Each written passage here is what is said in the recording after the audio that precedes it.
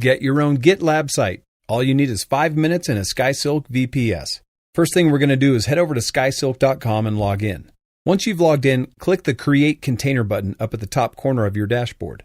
Select your server size, making sure to choose at least 2 virtual cores and 2 gigabytes of memory. Then scroll down and select Apps and Tools. Now select GitLab. Put your information in and hit Go. Next, log into your GitLab server via an SSH terminal, like the one on your user dashboard. Log in as root with your user credentials. Follow the on-screen guide to set your MySQL password and administrator credentials for GitLab. Set a domain name or use your SkySilk VPS IP address if you don't have a domain yet, and let the packages install. Access your GitLab user interface by typing the display domain name into your navigation bar and press Enter. Finally, log into GitLab using the administrator credentials you set during deployment, and now you have access to your very own GitLab server. Get started today at SkySilk.com.